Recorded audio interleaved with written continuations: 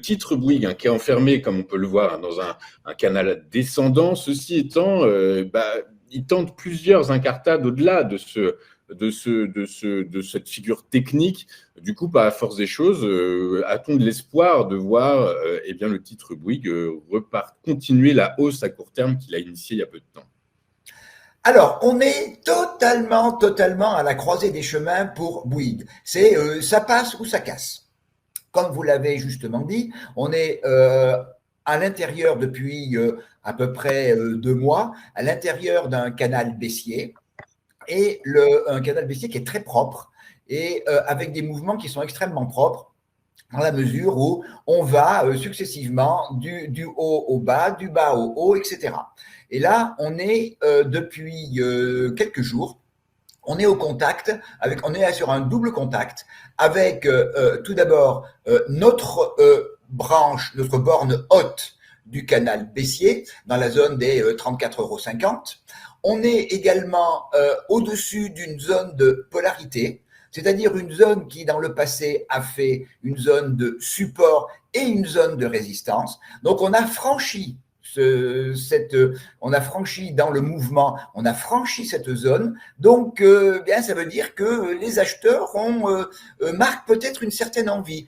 Ils marquent de l'envie. Maintenant, il va falloir qu'ils nous montrent qu'ils marquent de la force.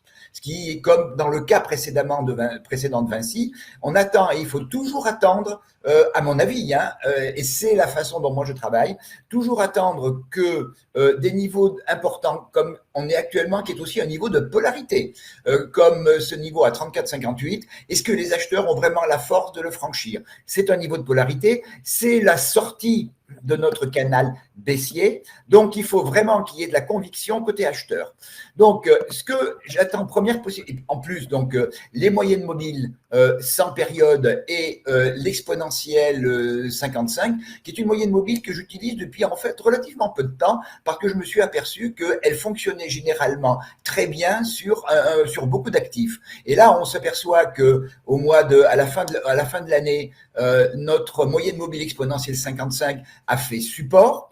Quelques jours après, dans la deuxième quinzaine de janvier, elle a magnifiquement, pardon, elle a fait support, elle a refait support, excusez-moi, mais après, bon, bien sûr, elle a été cassée, et là, on vient de la refranchir. Donc, c'est également un signal important. La moyenne mobile sans période également, qui, dans le passé, a fait d'abord résistance à la fin du mois d'octobre, puis résistance récemment, eh bien, on l'a franchi. Donc, on a quand même un certain nombre d'indices qui nous montrent qu'il y a une volonté acheteuse. Donc, maintenant, messieurs les acheteurs, montrez que vous avez la force de franchir 34,58 avec, évidemment, à nouveau, une belle bougie verte pour montrer que vous êtes nombreux et vous avez de la conviction, pour aller d'abord rechercher le niveau de 35,30 €, puis 35,96 €, et puis, pourquoi pas revenir sur le plus haut de la période à 36,35 €.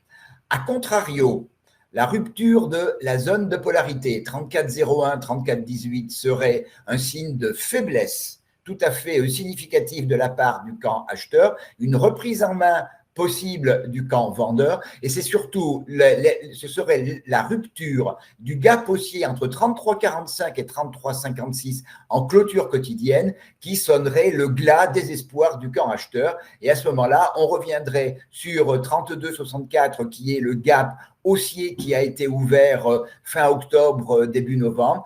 On voit que le haut du gap, c'est également le siège de la moyenne mobile de 100 périodes. Et après, quand on arrive dans le mouvement sur le sommet d'un gap, on rebondit ou le gap est mis à mal, ce qui signifierait vraiment une force vendeuse extrêmement prégnante. Mais j'imagine que sur Bouygues, votre scénario privilégié, ça reste une sortie par le haut de ce canal descendant? Je vais rejouer à Saint-Thomas, si vous me le permettez. Là, c'est vraiment, on est sur une ligne de partage des eaux à nouveau. Donc, c'est vraiment que la conviction acheteuse du franchissement de 34-58, avec là aussi toujours la même raison, une belle bougie verte pour montrer qu'il y a de la force, qu'il y a de la conviction, qu'il y a des ordres dans le carnet, des ordres acheteurs, et c'est ce franchissement qui, pour moi, emporterait complètement la vision haussière du mouvement. En plus, si on franchit en clôture cette zone-là, pour ceux qui auraient envie, qui verraient un beau scénario, eh bien, on aurait l'avantage d'avoir un stop qui serait positionné assez proche, sous 34, c'est-à-dire juste en dessous de la moyenne, autour de la moyenne mobile 100 et juste sous la zone de polarité. Mais ça valable qu'après le franchissement, bien sûr.